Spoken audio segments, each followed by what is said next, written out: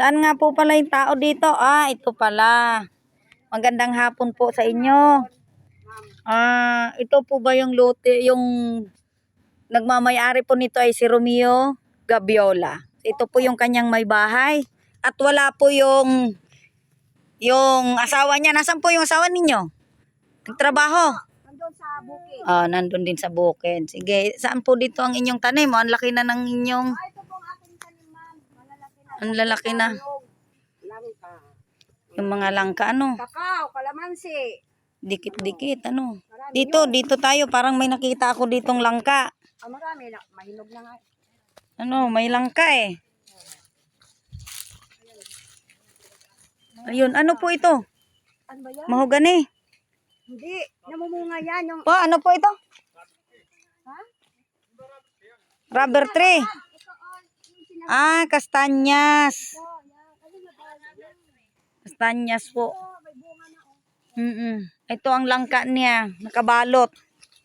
Malapit na mahinog yan. Ang daming mahogani. Ayun. Marami pa doon mga langka. So, kumusta naman po ang paninirahan ninyo dito sa bundok? Ay, aming paninirahan dito, madam, ay matagal na. At maganda naman dito kasi yan lang ang trabaho namin, magsaka. Kasi yan ang aming minimiti na pag-anihin na aming mga pananim dahil matagal na rin po kami dito.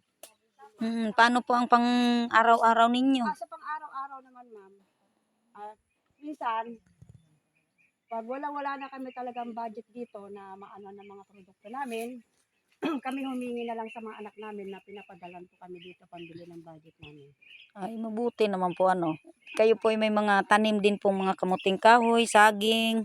Mayroon sa amin. Ayun po. Pinya, saka kamuting kahoy. Pamalit sa bigas kapag walang budget. Ano po? Wala pang budget, pang samantala yung kamuting kahoy at saka yung Kamuting bagin. Masarap po dito mamuhay talaga at maririnig nyo lang ay yung huni ng ibon. Masarap talaga. Mahangin, mapresko. Presko, ano. So, ilang taon na nga po kayong nakatira dito? 13 years. 13 years, ano. Tagal-tagal na rin po, ano. So, wala po yung inyong mga anak, hindi po dito nanirahan. Ay, sa ngayon, wala na po sila kasi nagtatrabaho na po sila. Nasa baba po. Sige po, magandang hapon po at marami pong salamat sa inyo. Magandang hapon po naman.